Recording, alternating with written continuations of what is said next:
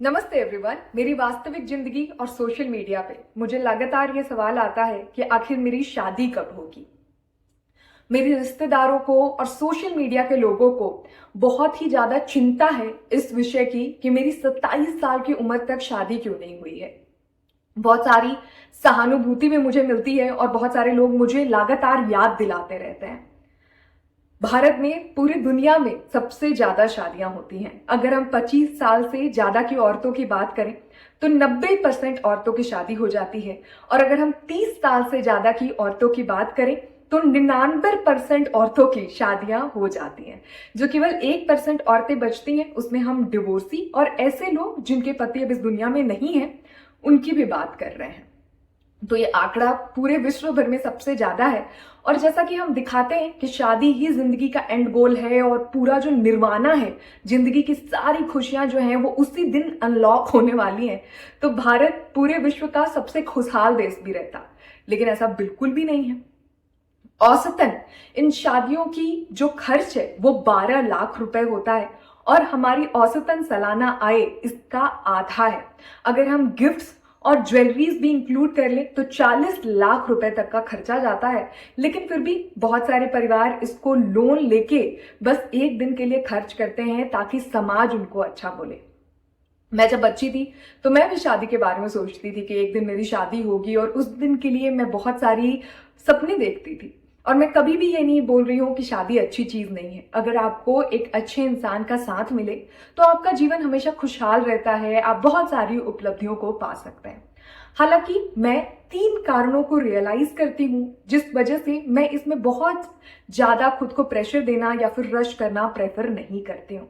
जिसमें सबसे पहला और सबसे इंपॉर्टेंट कारण है मेरे लिए मेरी अगली जनरेशन। तो मैं अपनी अगली जनरेशन को इसलिए नहीं लाना चाहती हूँ इस दुनिया में ताकि मेरा पूरा बोझ उनके ऊपर में हो जाए कि अब मैंने पैदा कर दिया है, उनकी जिम्मेदारी है कि पूरे जीवन भर मेरे नौकर बनके और मेरे लिए पूरी सेवा करते रहें और मेरे पूरे लेगेसी को आगे ले जाएं। मैं ऐसा बिल्कुल भी उम्मीद नहीं रखती हूँ। मैं एक ऐसे पोजीशन में रहना चाहती हूँ जिसमें मैं अपनी अगली जनरेशन को दुनिया के बेस्ट रिसोर्स प्रोवाइड कर सकूं ताकि उनकी जो भी कैपेबिलिटी है उनको अचीव कर सके। तो मैं रिसोर्स प्रोवाइड करूंगी, अब उनके ऊपर में है कि कितनी मेहनत करें, लेकिन अपनी तरफ से मैं कोई भी कमी नहीं रखना चाहती हूँ। उन्होंने मुझसे नहीं बोला है कि आना चाहते हैं, मैं उनको ला रही हूं, तो मेरी जिम्मेदारी है कि मैं उनके लिए सब कुछ करूं। उनकी मेरे प्रति कोई भी जिम्मेदारी नहीं है। तो मैं एक ऐसे पोजीशन में पहुंचना चाहती हूं जहां पे मैं ये सारी चीजें अफोर्ड कर सकूं, और मुझे लगता है कि मैं काफी हद तक बहुत ही सही डायरेक्शन में हूं और मैं जल्द ही उस पोजीशन पे खुद को देखती हूं। दूसरा, राइट पर्सन। अपने जीवन में एक सही इंसान को ढूंढना सबसे ज्यादा जरूरी है, क्योंकि लोग जो ये प्रेशर आपके ऊपर में क्रिएट करते हैं, कल को अगर कोई मुसीबत आएगी तो कोई भी आपका साथ नहीं देगा, सबको ये हाथ खड़े करके बस भाग जाएगा वहां से। तब आपकी जिम्मेदारी होगी कि आप उस रिश्ते को पूरे जीवन भर निभाएं। मैं एक ऐसे समाज से बिलोंग करती हूँ जहां पे डिवोर्स देना या फिर अलग होना बहुत ही अनहर्ड चीज है, तो उसके बारे में मैं कभी सोचती भी नहीं हूँ। और हमारे धर्म के हिसाब से भी आपका जो रिश्ता होता है वो जीवन जीवन भर चलता है। तो एक सही इंसान को ढूंढना बहुत ज्यादा जरूरी है। मैं ये नहीं कह रही हूँ कि मैं अपनी जिंदगी में चाहती हूँ कि कोई आके बिल्कुल फिट हो जाए, कि मैं जैसा सोचती हूँ बिल्कुल खुद को वैसा बदल ले और बस फिट हो जाए मेरे पजल के अंदर में। बिल्कुल भी नहीं। हर इंसान के अपने गोल्स होते हैं, अपना एक जीने का तरीका होता है। जो 25 साल 26 साल उस तरीके से जिए हैं, मैं वो नहीं बदलना चाहती हूँ। लेकिन मैं चाहती हूँ कि मैं जिंदगी को जिस तरीके से देखती हूँ या फिर मैं अपने लिए जो चीजें सोचती हूँ वो कहीं ना कहीं मैच होने चाहिए। जैसे मैं अपने परिवार के बहुत ज्यादा नजदीक हूँ, और मैं ऐसे किसी इंसान से शायद नहीं शादी कर सकती हूँ जो कि मुझसे उम्मीद रखे कि मैं अपने परिवार को पूरी तरीके से छोड़ दूं और केवल उनके परिवार को अपना परिवार मानूं।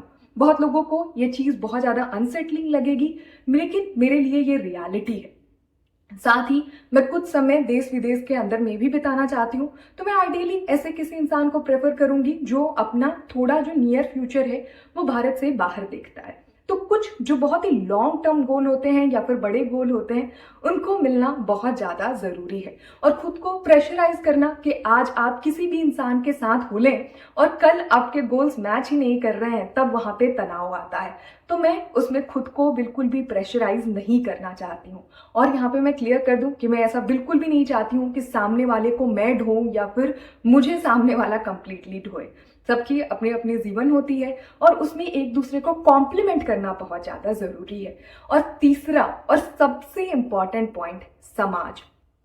आज समाज के डर से आप प्रेशराइज्ड होके और जल्दी शादी कर लें, क्योंकि आपका शायद जो जीवन है वो दूध की तरीके का है कि एक समय आएगा 3 दिन 4 दिन बाद जब वो दूध फट जाएगा, खराब नहीं होगा, तो उतने दिन में आपको इस्तेमाल कर लेना है।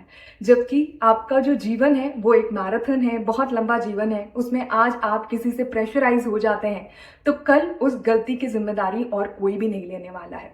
और चाहे आप अपने जीवन में कितनी भी कोशिश कर लें, ऐसा कभी भी नहीं होगा कि सारे लोग खुश हो जाएं। मैं कल शादी अगर अपनी ऑर्गेनाइज करवा देती हूँ और मैं करोड़ों रुपए उस शादी के ऊपर मैं खर्च करूं, पूरे डांस फंक्शंस करवाऊं, बहुत बड़े बड़े स्टार्स को बुलवा के फंक्शन करवा दूं, लेकिन फिर भी कोई ना कोई ऐसा होगा, कोई फूफा कोई ताया जो उठ के उसकी बुराई कर देगा कि लड़की अपने फंक्शन में खुद ही डांस कर रही थी, कोई भी शर्म हया नहीं है, या फिर लड़के की दांत बहुत बड़ी है, या फिर खाना बहुत फीका है।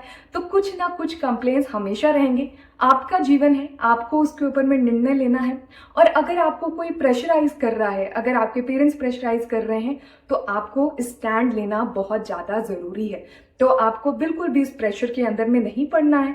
मैं अपने लिए अपना करेक्ट डिसीजन लूंगी और मेरे बारे में भी चिंता करने की आपको बिल्कुल भी ज़रूरत नहीं है।